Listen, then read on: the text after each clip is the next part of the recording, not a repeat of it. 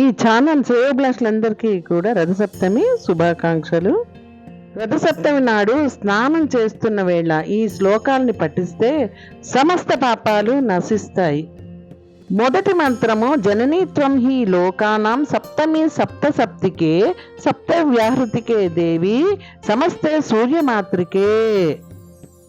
దీని భావము సప్తాశ్యముల గల ఓ సప్తమి, నీవు సకల లోకాలకి భూతాలకు జననివి, సూర్యుడికి తల్లివైన నీకు వందనాలు అని ఈ మంత్రం యొక్క అర్థం.